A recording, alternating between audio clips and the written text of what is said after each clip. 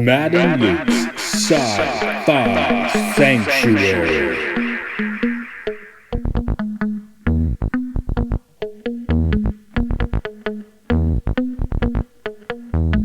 The year is 3013. The galaxy is scintillating in the mellow light. Two galactic pilgrims seek out vistas in the samurai future to bring forth the unity of the cosmic shaman. Opening the door of the pantheon of mystics, the evil sorcerer wizard powers the engine of science, seeking to forever alter the sacred balance, travelling on effervescent balls of summer fire. This week, The Terminator.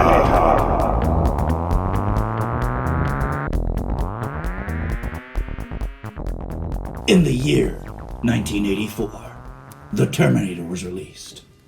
In the year 1992, Terminator 2 was released. And then no more Terminator movies were released. Maybe next month a Terminator movie will be released. Maybe not. They had a TV show, though. TV show's good. Yeah. But we're getting down to the original brass tacks with 1984, The Terminator. Making it absolute. So this is Matt. This is Luke. And welcome to our Sci-Fi Sanctuary. Where we're going to terminate things today. We like to start, or I think we like to start, by talking about our initial impressions, how we got into the movie.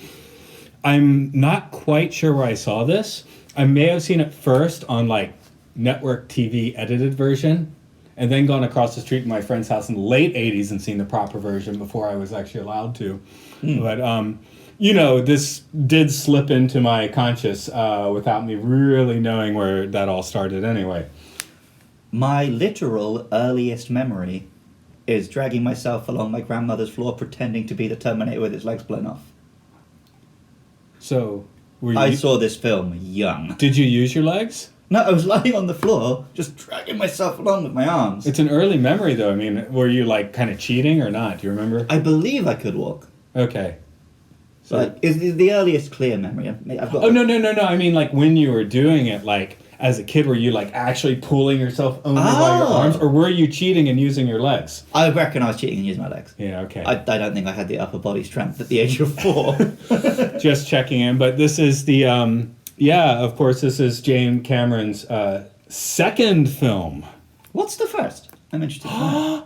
You don't know the first? I thought this was obvious. The first is the classic Piranha 2. I think I did know that, but I'd forgotten. But that's excellent. I mean, this is his first real film. I get. You know what? I haven't seen Piranha 2, to be honest. It may be fantastic. I haven't seen Piranha 1, so I like most James Cameron films, so maybe I'll check it out. Yeah, but and this is basically Arnie's breakthrough as well, because we have, what do we have before us? Hercules in New York. Yep.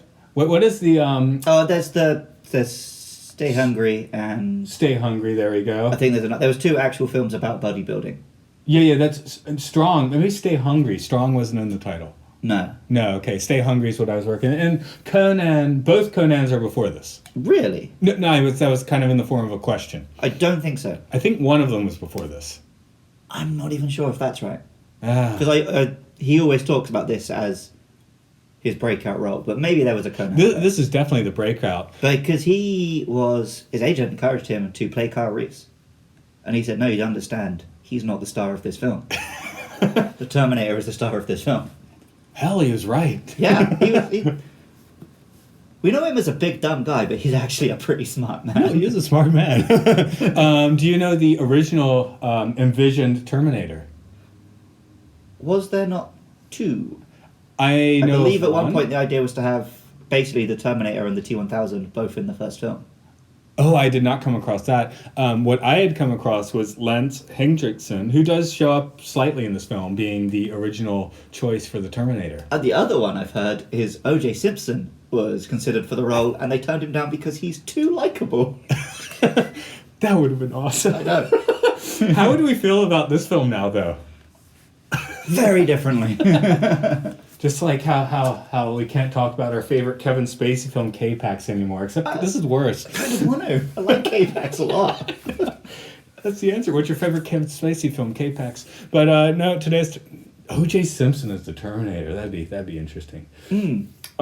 Budgetary. This one was quite low, I believe. Yes. Well, I mean, director's second film. Arnold's not that big yet. I don't like to tensely cut thriller. So I like to wait a little bit to get to my notes, but my first note here is, oh yeah, the Orion logo. There's a way back. But when I was a kid, the Orion logo meant this film will be awesome, but it will be cheap. To me, it's just the Terminator logo, so I get very nostalgic seeing it. Oh, okay. See, I was already in it before we got to that. So anyway, you're going to plot us through this one. You're going to tell us the story of the Terminator. Okay.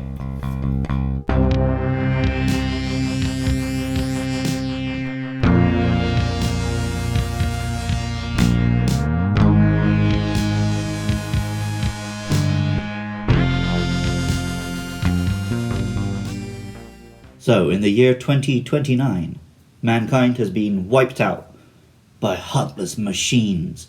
The self-aware military computer Skynet is hunting down the humans and killing them with machines called Terminators.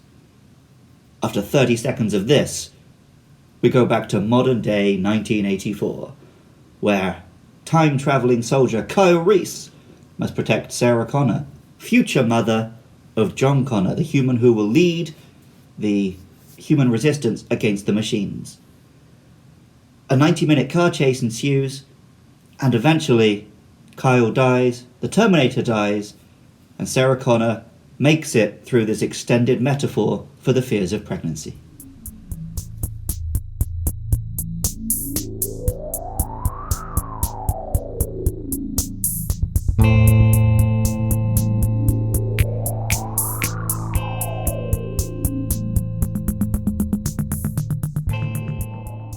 So despite the brevity of the synopsis, I do need to read a note I don't think you've seen yet. Go on.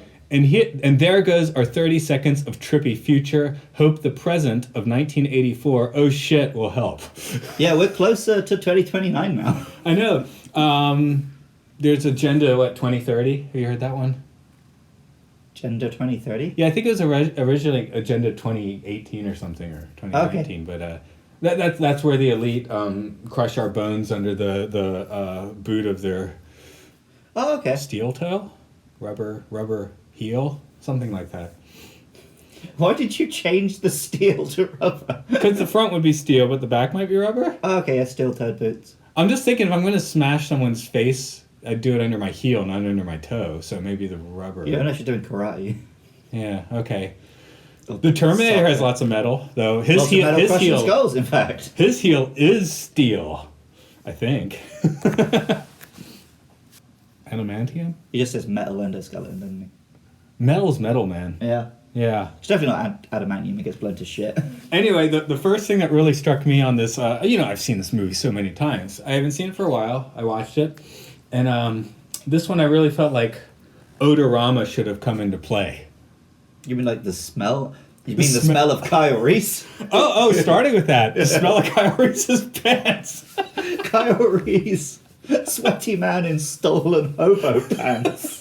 Just like the whole movie, I'm like, he got some nice shoes. Yeah, but pretty sure he never changed them pants. I think when he gets laid, and I think it's his first, he says it's his first time getting laid, doesn't he? I think so. Yeah. Anyway, he's still in those hobo pants. And from first shot, you're pretty sure they're not a nice set of pants. Yeah, they got some stains. And the other one, I know this scene is registered with me before, but just with that trailing in my mind the whole time, we got the scene of Arnie rolling down the cheap hotel hallway with the dude just like cringing at the smell of desiccated flesh. The fleshy bits of him are dying, but he doesn't give a shit. So. Well, of course he doesn't give a shit, but that dude, that's the smell it does. Think about if you're... Buddy, you got a dead dog in there! and think about all the fire, brimstone, and sulfur at the in the crap. I went to the second movie. There's some industrial smells in the industrial. To be fair, I don't think the future smells that bad because there's nothing alive. Yeah, those it would bones just smell of. Yeah, but they've been scorched. No, I'm just saying they're bleached bones. Yeah. This Just smells of metal and chemicals. Maybe that's what Skynet's out to do in the future, is to make everything... The day before Skynet became self-aware, they installed a smell sensor. That's why it decided to wipe us out. So, sticking while we're on the fun stuff, I was just knowing Arnie never quite looks cool in this movie. No, not so much cool. When you think about the Terminator, you think about the second movie. He's got his biker leathers, but I mean, he loses his eyebrows quite early here, and you can't look cool if you don't have eyebrows. But he does look menacing. Oh, he looks menacing as hell. He looks more menacing here, as he should. But but like, there is an element of very good acting to how he plays an emotionless machine. Like just his movements, and even just down to, I think I saw him mention this in an interview. He moves his eyes before his head every time. Oh, that's a good take. Because they get him to teach the other Terminators in all the sequels. Well, as you said, let's not get political and say if his role in Governor was smart. Maybe it was, maybe it wasn't. I don't know. I've never lived in California. But his acting choices here are quite smart. Yes. Even if you disagree with him, he was definitely smart. Yeah.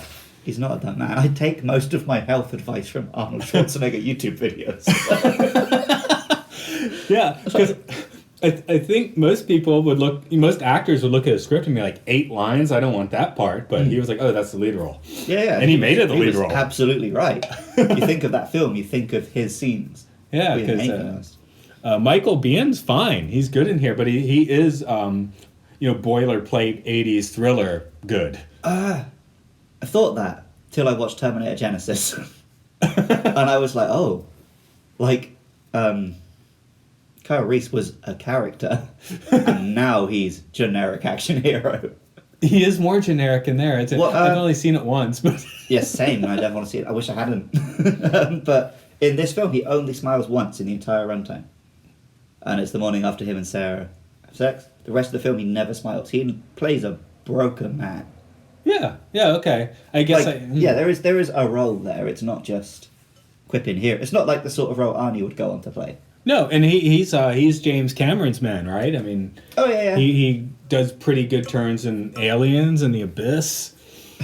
The director's cut of Terminator 2. The director, yes, which was a good scene. I don't know. The last 8 times I've watched Terminator 2, I watched that one, so I forgot that. Yeah, same. And then I caught it on TV one time back in the UK, and I was like, oh shit, I forgot all these scenes are not in the film.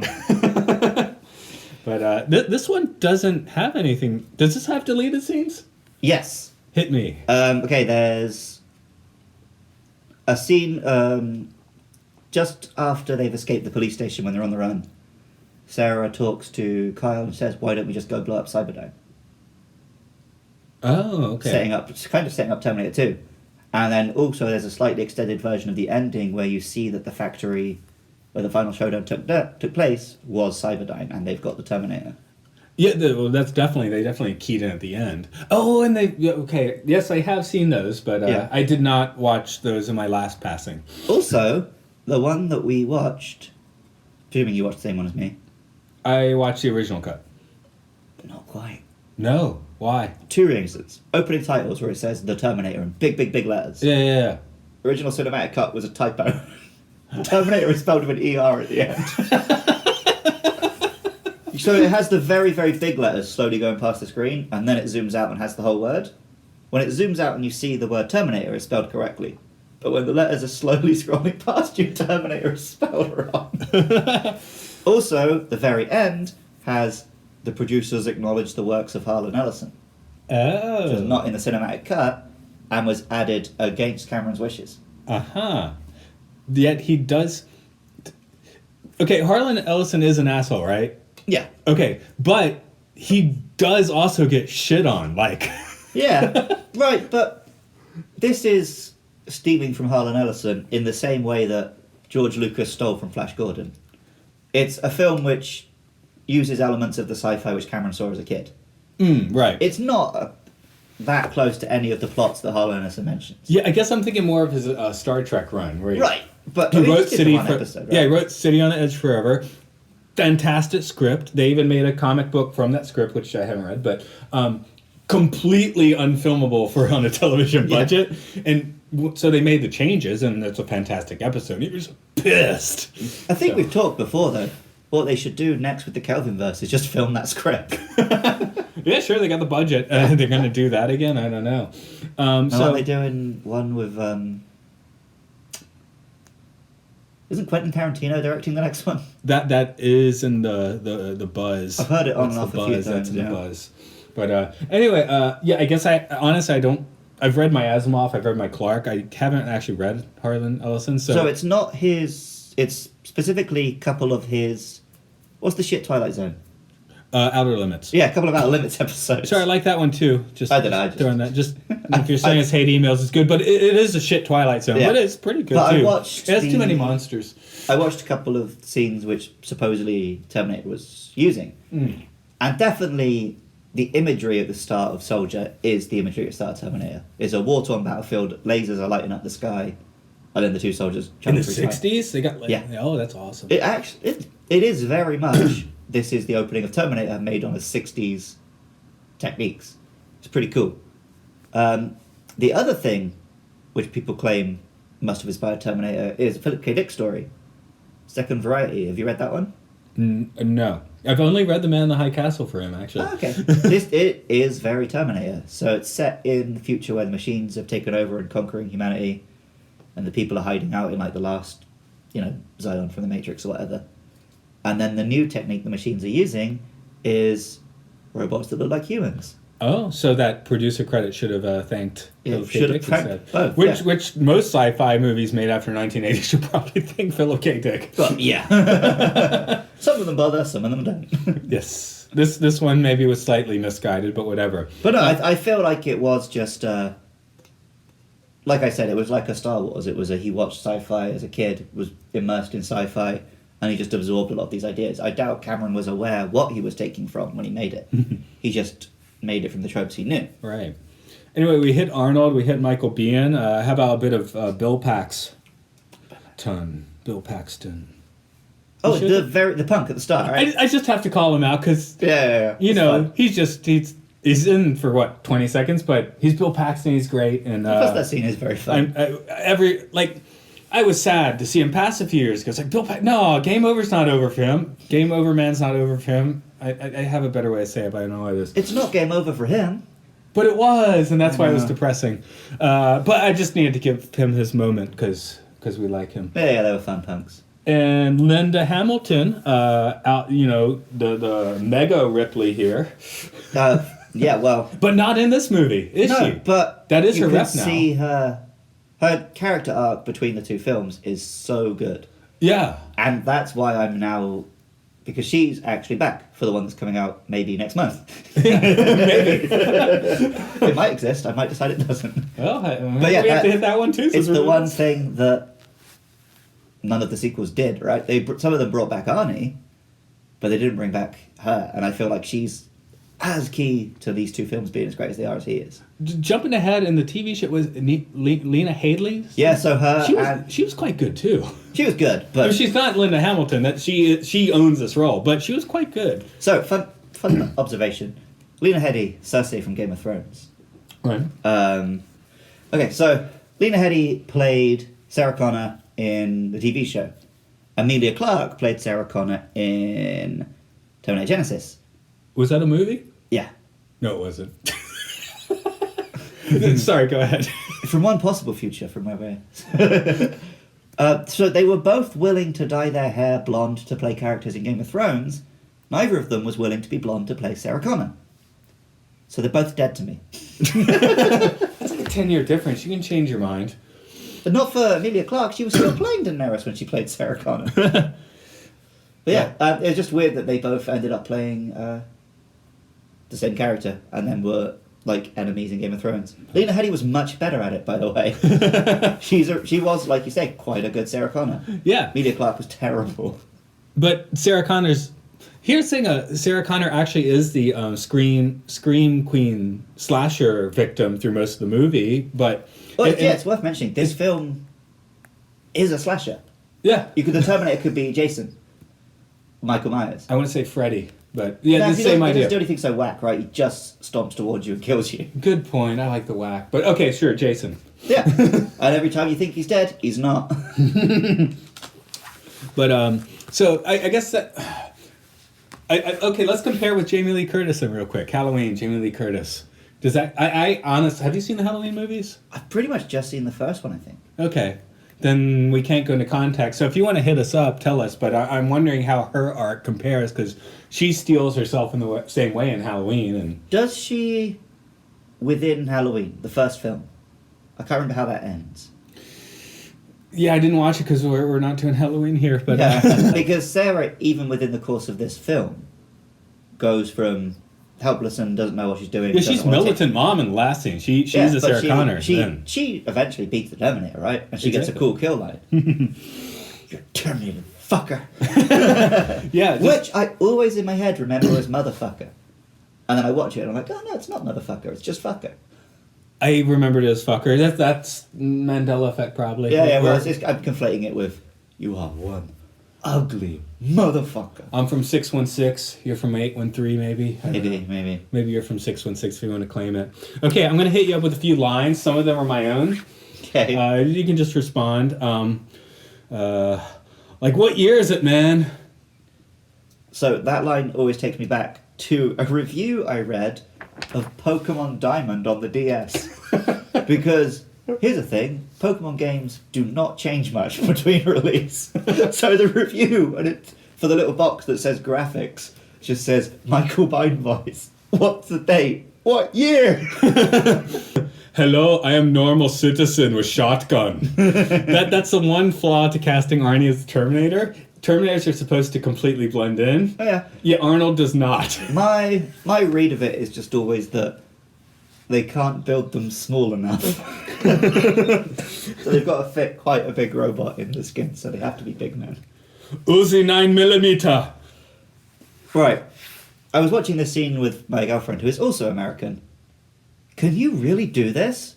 Maybe in the 80s. Just walk into a shop and buy that many fucking guns? My note right after writing that is, you can't do that. I love that. It's just, wrong. But like, the line is the best bit, which rings very true to me. It's like, oh, any one of these would be good for home defense.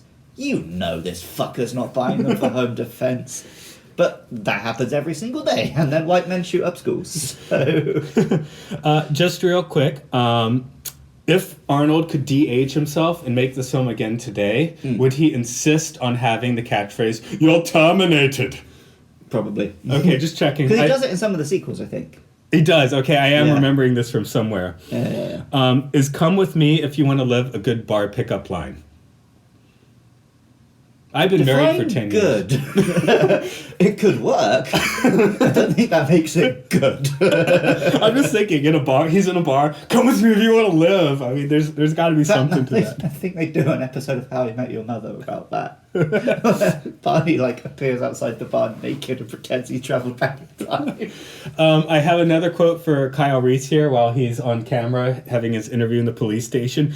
"Pay attention is what I shout almost counts as gibberish." I mean, for someone trying to convince people of something, he's doing... I guess he doesn't have people skills, which is understandable, but woo! Well, yeah, he's never been... I think he says as much that he was born after Judgment Day, right? Yeah. So he has no concept of existing in our world. It's really dumb that John sent him back. Well, I know he sent him back to bang his mum, but... He had his reasons. Creepy reasons. Yeah. Should the line actually be, "I'll be back with a car"? No, I like that it's I'll be back. Of course it should. Right, but obviously He's a- it's become the thing now, I'll be back. He's a in robot, the moment, it's a funny line because you forget that it works really well in this film, or it originated, because it is, oh no, you can't see her right now. Okay, I'll be back. Because it doesn't work in any other movie he No, uses the it. other ones are all done. But I'm just like, he's a robot. He should add "with a car." Well, apparently it was in the script, I will be back. Because the robot wouldn't conjugate it. But then Schwarzenegger said it because it sounded cool that way. Conjugation is a bitch. Neil Armstrong possibly landing on the moon, as we all know. We're not sure about that. But the line, His line was actually, that's one small step for a man. A man, And yeah. it just got garbled, right? Yeah. This one giant leap for mankind. So, same idea. You screw it up. I guess in Armstrong's case, maybe it would have worked better with what he was actually trying to say. Yeah, definitely, because it makes no fucking sense what we remember. But with Arnie, he may be a robot, but he's not Data, so we will let him conjugate it. Well, we see him explicitly. He picks up phrases that people use and uses them, right? So, because later on, fuck you, asshole. That was hip, though. He just learned he learned to use colorful metaphors. That's what happened.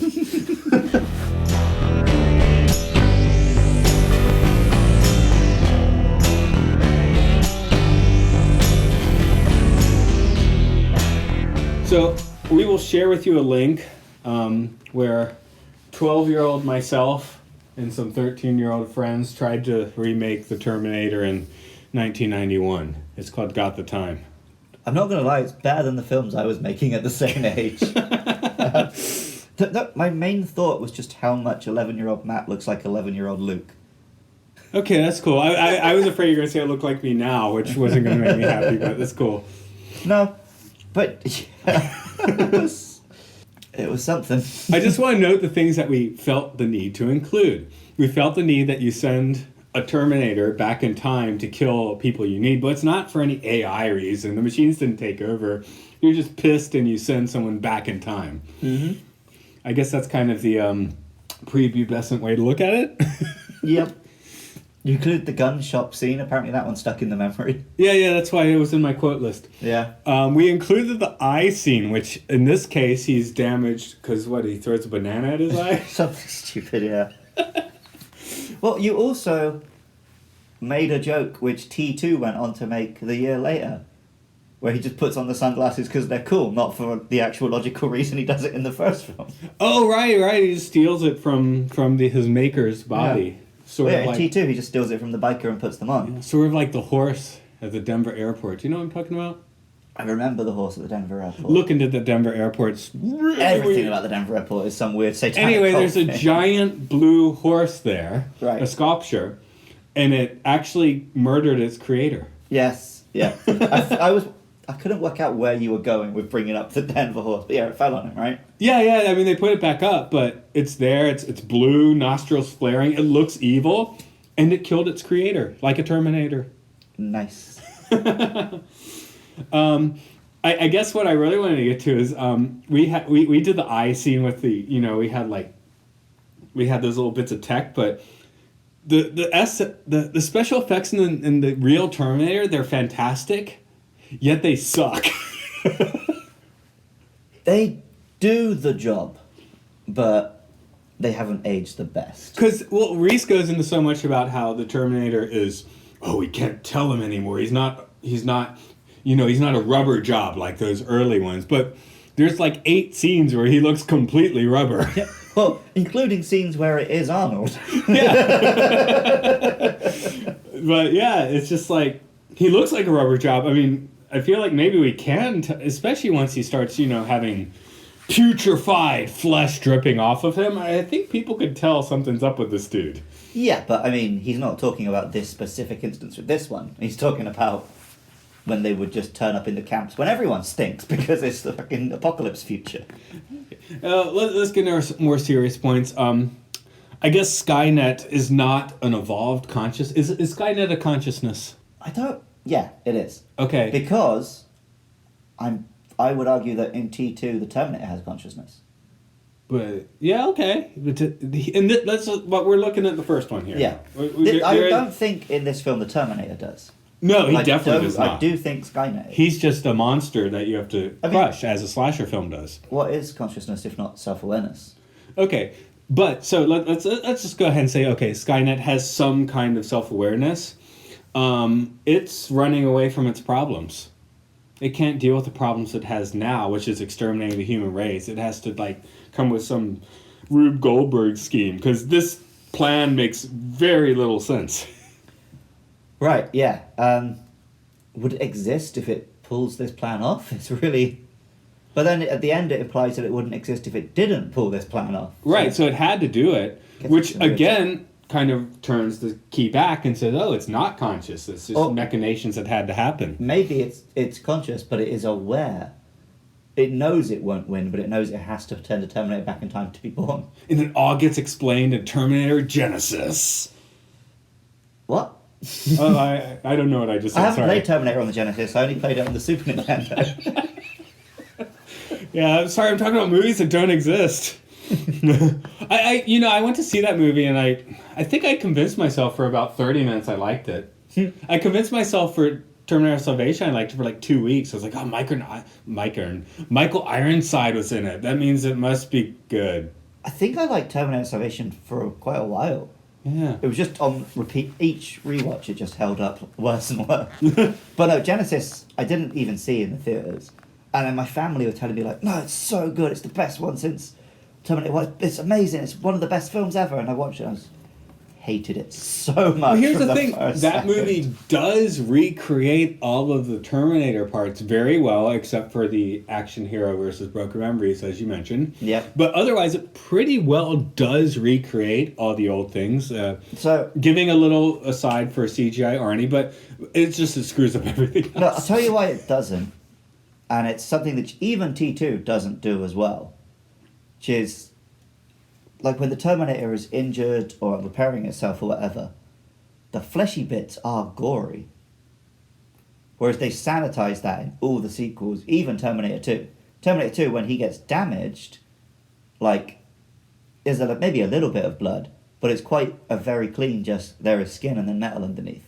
I guess Whereas in this one, when he's cutting his eye off or doing the repairs on his arms, you see like there's like a living thing which is bleeding and stuff. I guess that's why the stinky parts got to me so much watching it again. Yeah, because if you look at the other Terminators in later films, you couldn't imagine them stinking because it is just Chrome and chrome rubber. and then a little bit of it's like some of the Terminator toys you can buy where it's got like, I had these ones as a kid where you have like plastic action figures of the endoskeleton, and it came with this mix that you add water to and put them in this thing, and it adds a layer of like thin skin colored rubber over the top that then comes off. I saw those, but it seemed like a really terrible idea. It's Got weird. them as a surprise present from my grandmother when she was in hospital.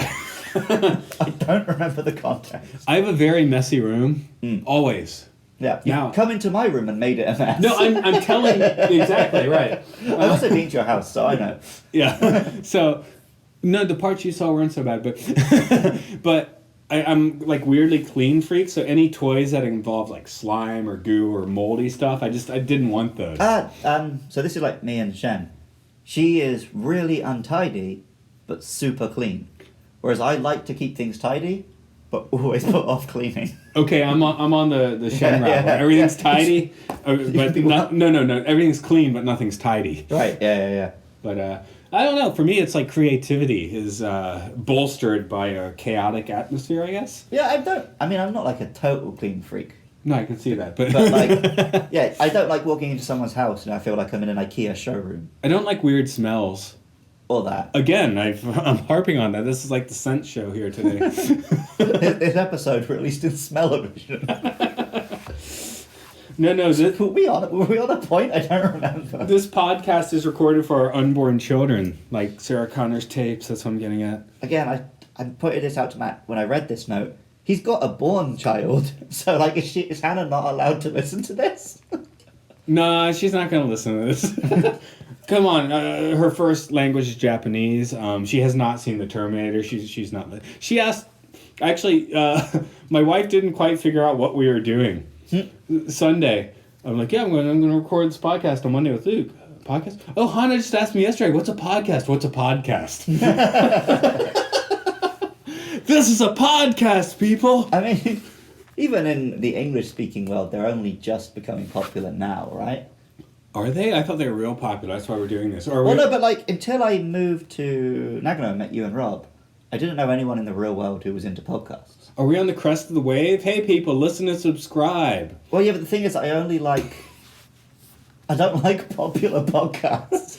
Sometimes Rob tries to get me to listen to like This American Life and stuff. The same here. I listen to it and I'm just like, Nah. I just want like two British dudes chatting shit. Because what I like about podcasts is, like, when I'm just like wandering around on my own, kind of feels like you have friends.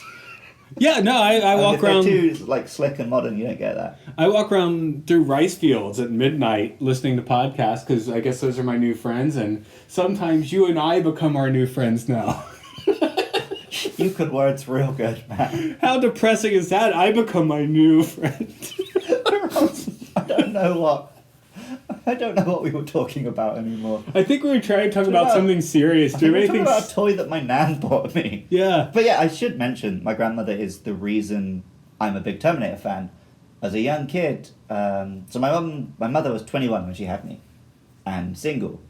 So I was a lot of the time raised by my grandmother for like the first 5 years of my life.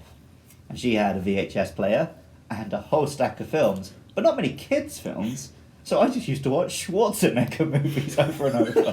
My favourite childhood movie was Commando, followed by Terminator 2, then Terminator, and then Raw Deal. Okay, now I get the Schwartz in you. Okay. Yeah. So yeah, my mum eventually found out and was furious that my grandmother had just been showing me 18-rated movies all day while mum was at work. Well, I promise you we'll get to Total Recall, the good one, and maybe even the Sixth Day if you're lucky. I was going to say 6th Day. What other ones are kind of sci-fi? Is that it? Predator.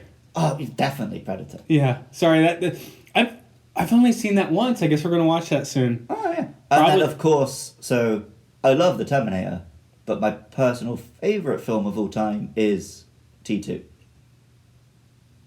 Yeah, when I saw T2, so I was, 13?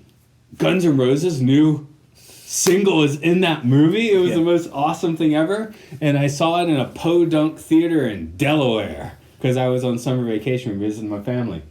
The southern accent came out. And oh my god, it was just so awesome. It was the best thing ever. And Terminator 2 definitely spent time as the best thing ever. I feel like this one's the best thing, well, the better thing now. So, like I said, I like Terminator 2 more. It's my favourite film. Despite that, I could argue this is a better film. If there is such a thing as an objective quality, which there isn't, but this film is so tight and it makes sense and things happen because they are the next thing that would happen due to characters and events. It's just a really tightly packed, well-paced, almost perfect thriller. Terminator 2 is... It's that as well. That, but also it's a big dumb Schwarzenegger movie with explosions and action scenes thrown in, so there are explosions and action scenes. But even more so, getting back to the smell, this one has a certain grit to it that no other Terminator production ever has. Right, well that's kind of what I was getting about with the gore as well. This film, it's visceral. Like the future scenes, again, like you said, it's a cheap film, but done well. It's that thing that a lot of directors have where when they have limitations on them, they're forced to use all of the tricks in the book to make things look real. And it looks better than when they can just throw money at a problem. It's like T2 is a Porsche and you run your hand along that and it's very smooth. This one's a Porsche too, but it's all fucked up and has dings and, paint smeared off of it in certain places. Yeah. Well, the future scenes look so good because they're so dirty and grimy and everything is smashed apart. Because like I said, it's 30 seconds in and you've lost most of the lasers and stuff. That was the cool future stuff. When we go back to the future later in the film, it's just in a sewer, basically. I think we get 3. We get this, There's the car chasey one. Oh, right. Okay, there's that too, but... Yeah. I'm just saying, it's also pretty depressing. Yeah, but I'm just saying we get a big part in the future, which really is just in a warehouse, But it still holds that grime. It still feels like this horrible future. Yeah. You really get an impression of the grim life that Kyle Reese has led, and lots of imagery based on real life genocides. Essentially, he has the barcode on his arm because he's been in a death camp. Yeah, that certainly has a bit of weight in our line of realities. Yeah, let's. At the moment, they only put the barcode to put you in camps on a card, but soon they'll be tattooing it on you. Well, it's weird. I feel like in America, I haven't been in America for almost 10 years, but from what I understand, people don't really use cash anymore, right? So I've never been to America. In the UK, we were becoming a very cashless society at the point when I left. And from what I understood, we were a bit ahead of America in that regard. Okay. Like, the contactless cards the UK cottoned onto them very fast because we had contactless train cards. Because now, we live in Japan and we're still rolling the dough. You pay with paper or little coins. But yeah, I basically never buy anything on card. I just draw the cash out and do it that way. Exactly. There's a lot of places you can't pay on card. And Japan's starting to have the signs that maybe they don't want us to do that anymore. But Japanese are very much into the act of having a interaction with someone doing that. Yeah. Again, not Skynet. It's not mechanical. You have to do this. Like we're at the convenience store and we put the money down, right? I actually kind of splay it out like in an artistic fashion when I can. Well, and then also the cashier will count out the notes in front of you. Exactly. Show you. That's a totally fun story. So on New Year, when me and Andrew went up to the Snow Monkeys, a colleague of mine and Max, me and him went to climb a mountain, and we got to the train station like a minute before our train. So Andrew's hurriedly paying the guy, and like, okay. And then he painstakingly counts out our change. I'm like, okay, please hurry. Then flips it over upside down, painstakingly counts it again. That's why I artistically splay out my coins. I make sure it looks like a kind of a Zen motion, right? It was so perfectly comically timed. And Andrew's just vibrating with impatience. Like, I want to go get the fucking train. At the same time, this is why we don't want to live in a mechanized, AI-controlled future. I, for one, welcome our machine overlords. No, it's insect overlords. I know, I was adapting it to be relevant. You're adapting to the future. Okay, gotcha. Yes. No, but yeah, again, you need to read Ian M. Banks' Culture.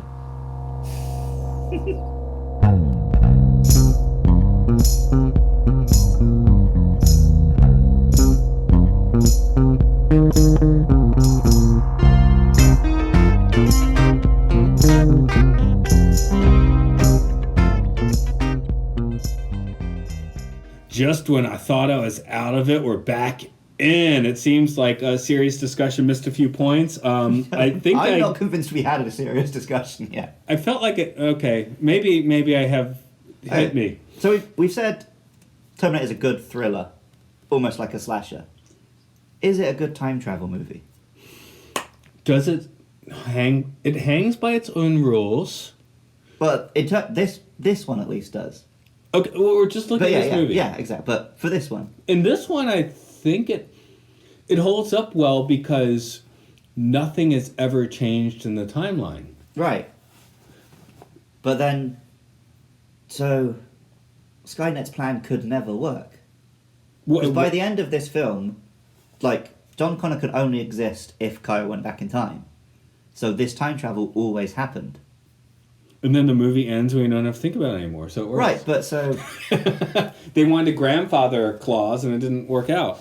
Yeah, where did... If...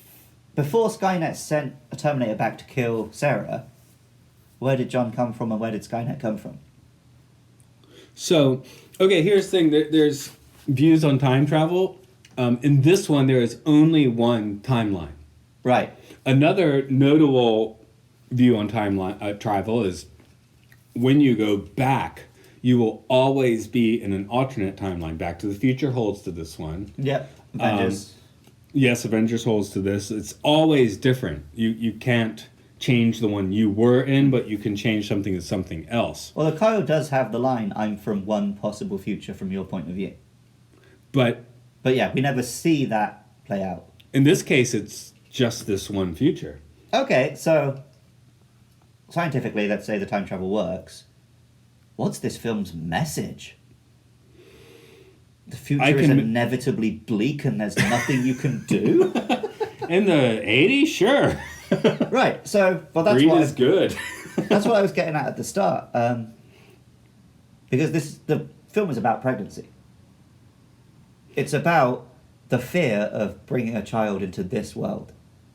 Because she's a ditzy blonde with a stupid roommate? Well, she's living a young life. She's got a crap job, whatever. She's not thinking about it, and then suddenly, like someone who's maybe banged up on a one night stand, whatever. Which she was. Right, but before she literally is, she is suddenly presented with the responsibility of you are a mother, and not just a mother. She's a mother of the Messiah. She's not instantly agree with the "I'm the one to knock you up," though. No, but that's irrelevant because he dies right after anyway, right? Yeah. So what she's hit with is, you are now responsible for this life, and it's about those fears. So if we do take us to T2, it drives her pretty batshit insane. Well, T2 is about postnatal depression. Yeah. That's a discussion for another time when we do T2. Well, that's why I'm excited for the new one. Hit me up, because to me, I was like, okay, Linda Hamilton's back. That's cool. Arnie's there. That's nice. That makes it at least a little legit. Cameron is not. He's producing. He's more involved than he has been in anyone since. He's more involved, but at the same time, with all those things, I was like, okay, it's a Terminator movie, and it doesn't matter anymore. So tell me why it does matter. Well, I don't know if it does yet. We don't know. But it has the potential to actually be about something. I didn't get the potential. I've been avoiding seeing any trailers or anything. I saw the trailer. I think I saw one trailer. But the way they've talked about it is that this is about Sarah. And she has so far had such a great character arc. And I think, I'm not sure where I'm getting this from. Maybe just literally from the title. I think it's about a world where there is no John Connor.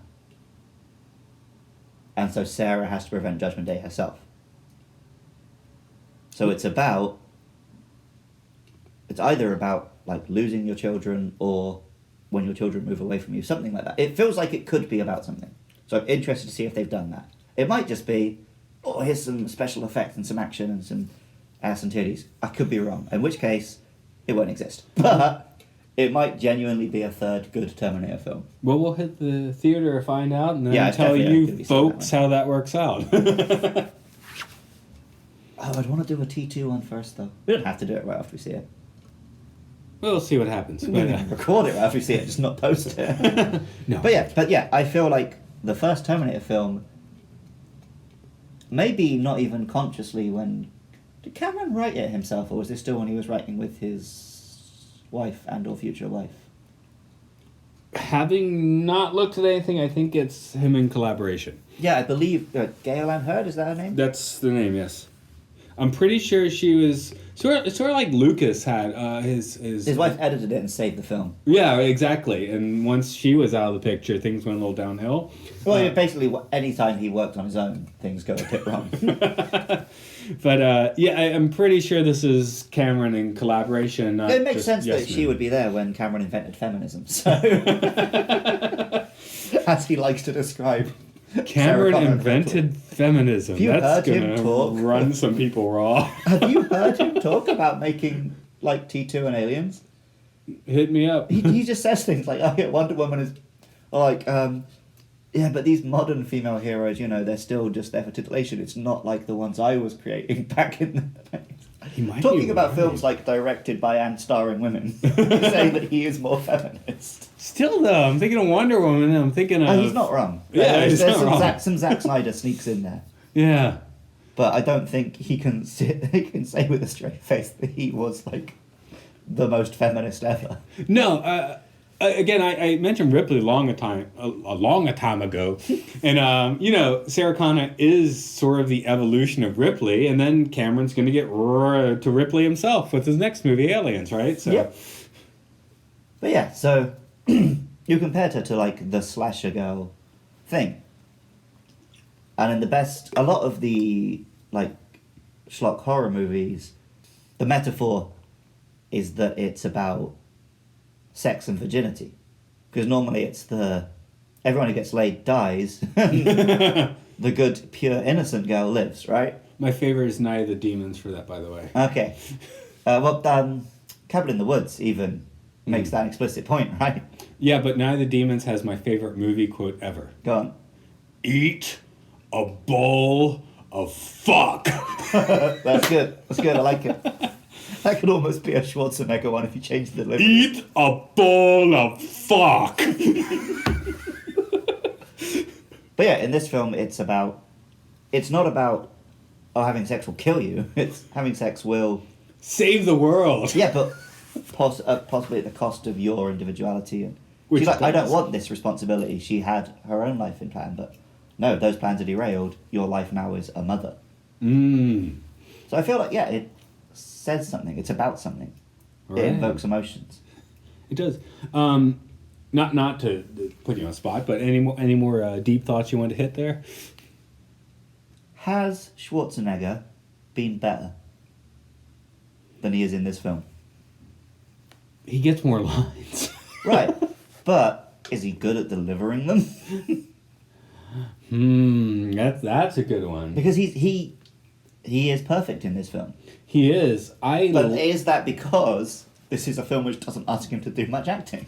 I like him I love Schwarzenegger. in Total Recall better. I enjoy watching him in Total Recall. That might be what I mean to say. Yeah, same. But Like, I like him in Terminator 2 better. One of the big reasons that's my favourite film and not this one is because Schwarzenegger's the good guy and I like Schwarzenegger. here's the weird thing. You said there's no Terminator films past Terminator 2, but I do have a soft spot for the third one. Same, but almost like... I love the ending. It's less like a Terminator film and more like an extended Saturday Night Live sketch if Schwarzenegger appeared on SNL. you know? Right. It's just 90 minutes of Schwarzenegger jokes. Did And you? that was at the time supposedly his last film, right? Yeah. Hey, have you actually? Did you? I'm assuming you did, but you've watched Twins and Junior. Yeah. Okay, comedy Schwarzenegger. He is funny. He is funny. Yeah, he's a funny guy. I didn't like Although, Junior though. Have you ever seen an interview with him about his comedy? I was watching a Schwarzenegger interview the other night about weight loss tips. But they ask him, like, oh, what's your favourite of your lines? He does a little bit about how, there's no one favourite at all. But then he starts trying to explain why one of the jokes is funny. It's like, so, in Commando, there's a scene and I get on the airplane with this big guy, he's meant to be guarding me. And then I break his neck, right? And I say to the flight attendant, I say, don't disturb my friend. He's dead tired. And you see, he is actually dead. But she doesn't know that. But the audience knows that. And that's why it's funny.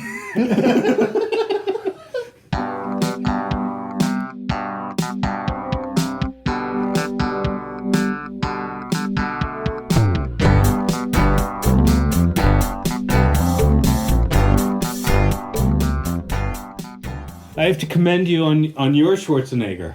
I threw a few in myself. I don't know how I am or not, but I know not less than a year ago you did it, and I said it sounds like a yuppie Jim Morrison, but I was like, okay, we're doing a Schwarzenegger now.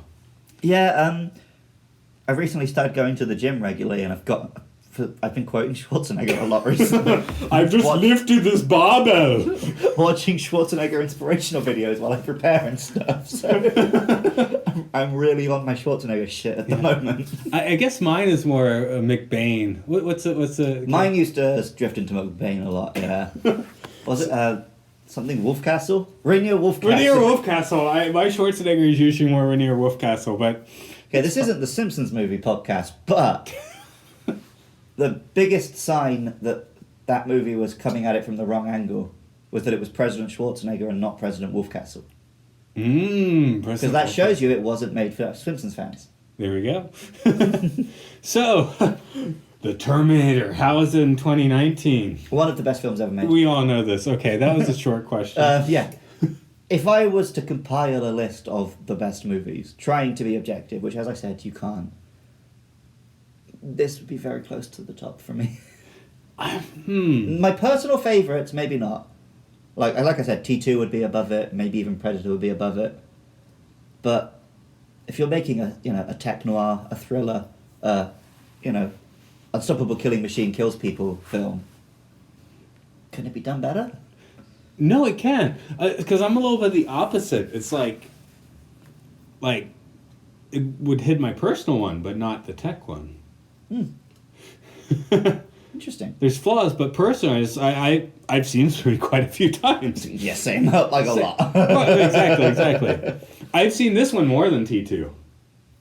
I probably have seen T2 more if you count all the times I watched it as a child. But in like adult memory, they're about even because I tend to watch both. Okay, I had 7 years to watch this one several times, so that does tip the balance. But I was 2 years old when T2 came out. So. right. So if I want to hit the Terminator now, though, I'm more likely to go for this. Although I have seen both in theaters. They both got anniversary releases in the UK. I've never seen the first one in theaters. I saw T2 in a theatre on the 20th anniversary of Judgment Day. I've seen every Terminator in theaters except for this one. I've seen every Terminator in theatres except Genesis. I did see that in the theater.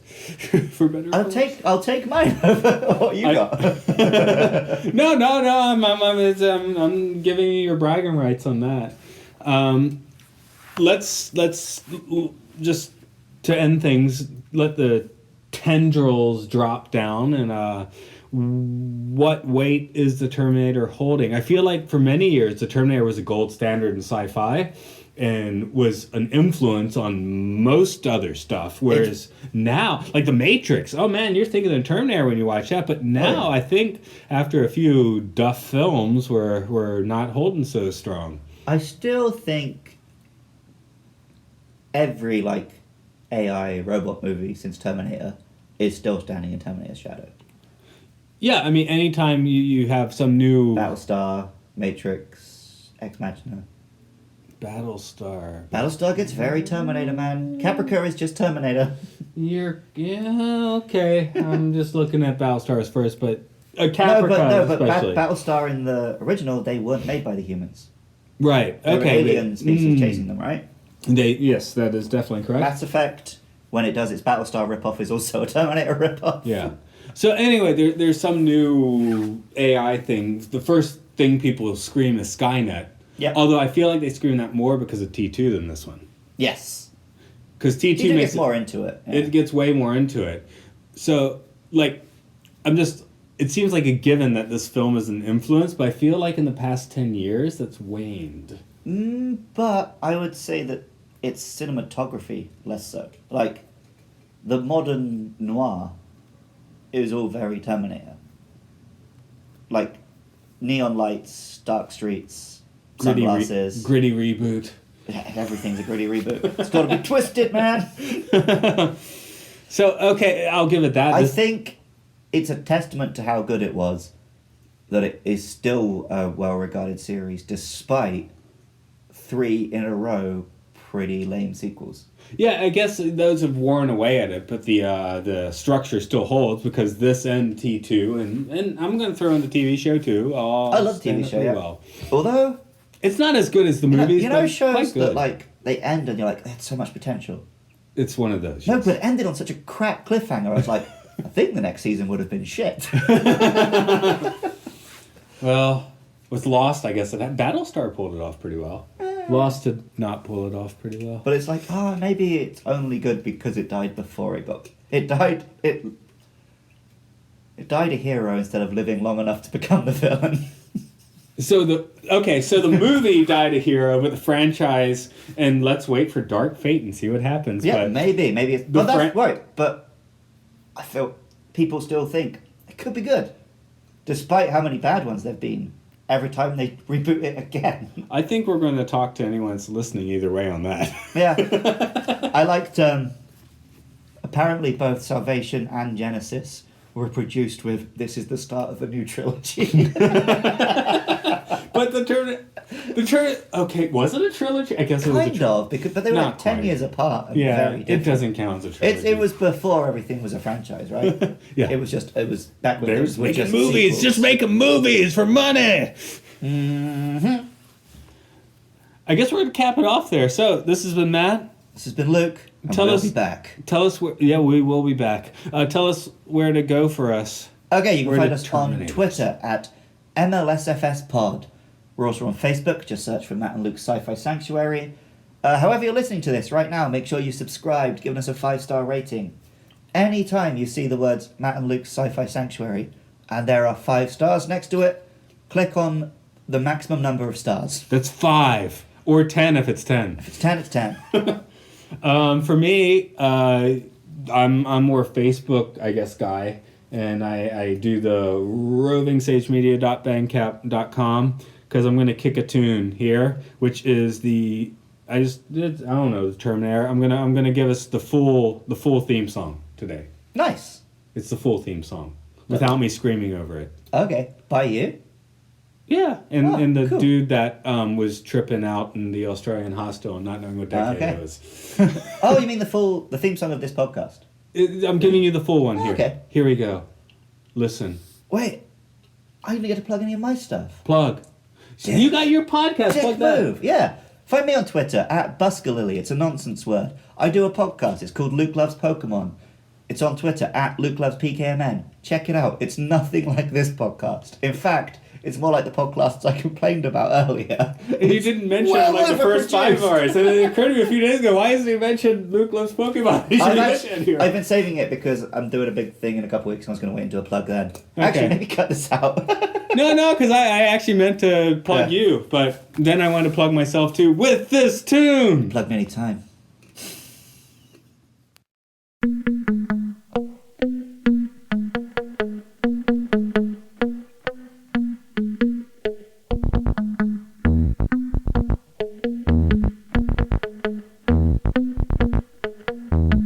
The year is 3013. The galaxy is scintillating in the mellow light.